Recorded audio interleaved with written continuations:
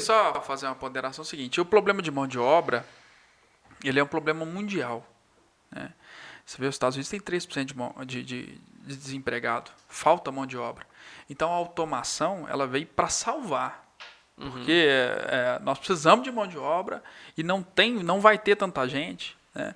Você vê a pirâmide etária dos países desenvolvidos, ela é invertida. Né? Nasce muito, mas para você manter a população, você precisa de 2 filhos por casal. A Europa tem 1,5.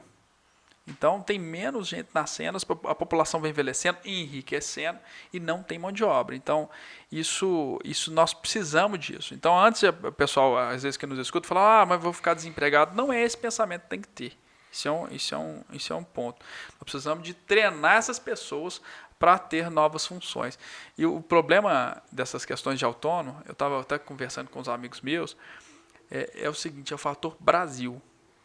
Você vai nos Estados Unidos, você abastece seu carro? Abastece. Ninguém vai abastecer para você. Na Europa, você abastece. Aqui no Brasil tem uma lei que o posto de gasolina precisa do frentista. Entendeu? Aqui em Belo Horizonte, eu lembro que há pouco tempo tinha uma lei que tinha que ter o frentista. O frentista não, o cobrador de ônibus. Em qualquer lugar do mundo não tem cobrador de ônibus. Em Belo Horizonte tem cobrador de ônibus. Aqui em Lavras deve ter cobrador de ônibus também. Eu não sei, que eu não ando. Mas existe uma lei exigindo cobrador de ônibus. Então, o meu medo dessa situação do autônomo, dessas novas tecnologias que está vendo, é o fator brasileiro de proteção, entre aspas, 1000 aspas, né?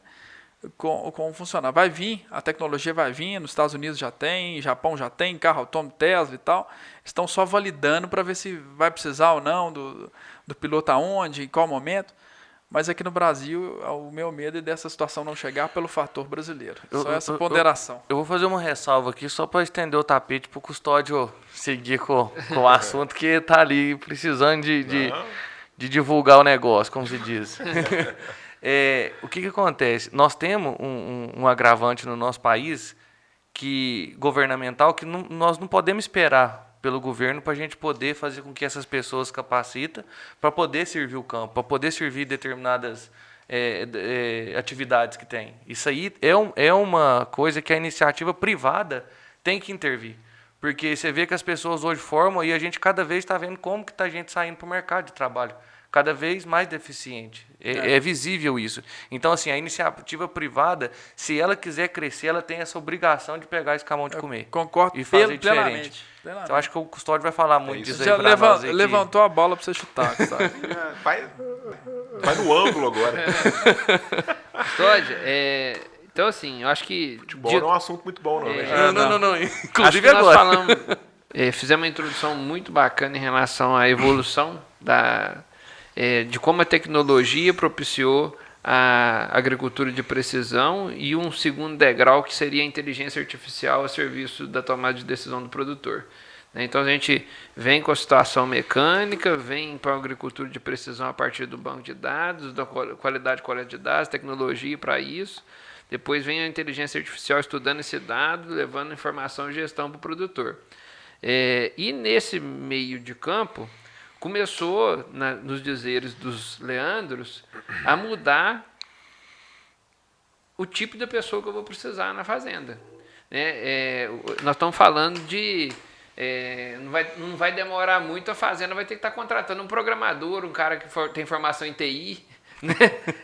Sistema de informação. Tem várias. Estou precisando o que a fazenda está contratando quem? O cara tem formação em sistema de informação. Né? Então, assim, nós estamos caminhando num cenário, para um cenário, onde nós vamos ter uma inversão do êxodo rural, na minha visão. Né? E nós fizemos um podcast falando com essas palavras que eu vou falar para você aqui, que se falta mão de obra no campo, o produtor rural está procurando a mão de obra no lugar errado, porque ele está procurando com outra pessoa do campo. Ele vai ter que tomar a decisão de ir lá na cidade e começar a divulgar e formar pessoas para que elas vão para a roça para aumentar a oferta de mão de obra. E treinar essas pessoas. Nós não temos a pessoa e nós estamos procurando a pessoa com outro cara que não tem. Né? E ele dá as condições também para ela permanecer lá no campo. E nós falamos... Tratar o colaborador, como as empresas que são mais estruturadas em termos de gestão de pessoas tratam, né, com um bom salário condizente ali com a responsabilidade do colaborador, benefícios, né, se já tiver algo ali possível, né, para a propriedade, um alojamento, uma casa para morar se for necessário, né, um transporte, uma boa internet ali também para o momento de lazer dele, da família. Então, o bem-estar, né, do colaborador na atividade rural, hoje as máquinas têm já cabine com ar-condicionado, que já melhorou muito como era no passado, né? Então, assim, de um modo geral, muitas propriedades rurais, né, estão cuidando cada vez melhor de seus colaboradores, justamente sabe que é extremamente importante, né, para o sucesso, né, de qualquer empresa, né? E a gente defende uma coisa aqui, nós falamos disso no episódio específico de mão de obra, de que se a gente apresentar para as pessoas da cidade as condições de trabalho a qual os colaboradores do agronegócio já estão submetidos,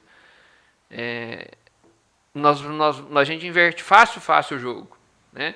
Porque, não, mas o trabalho é pesado. Não, estou falando de um camarada que vai mexer na alavanca assim, ó, e a máquina vai fazer o negócio para ele, né? Eu não estou falando do cara que carregava balaio, eu estou falando do cara que conduz um trator com um vagão. Tem muitas mulheres e por aí vai, hoje, né? Mulheres tratoristas e às vezes preferindo por questão do detalhe, né? Então, assim, mudou. Nós estamos falando de um cara que tem casa para morar, internet, água, luz, Kombi, carro, van, busca o filho lá na porta da casa dele, devolve na porta da casa dele para levar para a escola.